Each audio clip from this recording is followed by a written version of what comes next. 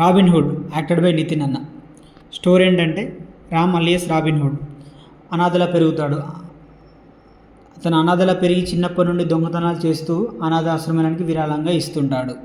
Plus points ఏంటంటే నితిన్ అన్న acting, అన్న చేసే పంచులు కానీ, స్టైలింగ్ కానీ ఇంటర్వ్యూల దాకా ఇలా సాగిపోతూనే ఉంటుంది. ఒక కేసులో పోలీసులకు చిక్కిన తర్వాత ఉద్యోగంలో జాయిన్ అవుతాడు. ఉద్యోగంలో జాయిన్ అయ్యి అక్కడ స్త్రీలకు సెక్యూరిటీ గార్డ్గా వెళ్తాడు. వెళ్ళిన తర్వాత అక్కడ స్త్రీలకు రక్షణ కల్పిస్తాడా లేదా అన్నదే మిగతా స్టోరీ. ఫస్ట్ హాఫ్ అంతలా సాగిపోతుంది. ఎక్కడగా అంత ఇన్ఫాక్ట్ ఏమనిపించదు, జస్ట్ అలా వెళ్ళిపోతూ ఉంటుంది.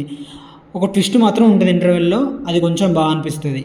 ఇంటర్వెల్ తర్వాత ఈ కథ ఎటు పోతుందో అసలు ఫస్ట్ హాఫ్ మొత్తం ఒక ఎత్తు ఉంటే ఇంటర్వెల్ తర్వాత స్టోరీకి సంబంధం లేకుండా ఉంటుంది. ఆ ఊర్లో విలన్స్ కానీ, ఆ ఊరికి వెళ్ళిన శ్రీలీల వాళ్ళ తాతయ్య కోసం వెళ్తుంది, అతను రక్షించడానికి నితిన్ వెళ్తాడు.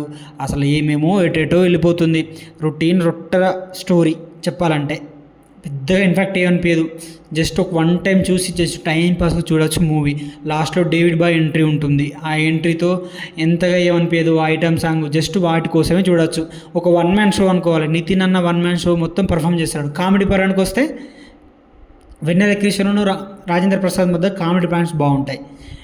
అంతగా మించి సినిమాలో పెద్దగా ఏమనిపించదు. ఎక్కడగా పెద్ద ఇన్ఫాక్ట్ క్రియేట్ చేయదు. ఎమోషనల్ సీన్స్ ఎక్కడ కనెక్ట్ అవ్వవు. అసలు ఎమోషనల్ సీన్స్ అనేవే ఉండవు. అంతగా ఉన్నా కూడా ఇన్ఫాక్ట్ ఏం మనకు ఎక్కవు. జస్ట్ అలా సాగిపోతూ ఉంటుంది స్టోరీ. నార్మల్ జస్ట్ ఏమనిపించదు. నితిన్ అన్న స్టోరీ ఎలా ఒప్పుకున్నాడో తెలియదు కానీ భీష్మ తర్వాత అసలు 10 రెట్లు ఎక్కువగా ఉంటుంది, కామెడీ ఉంటుందని సినిమాకు ముందు బాగా చెప్పారు డైరెక్టర్స్ కానీ వాళ్ళు కానీ.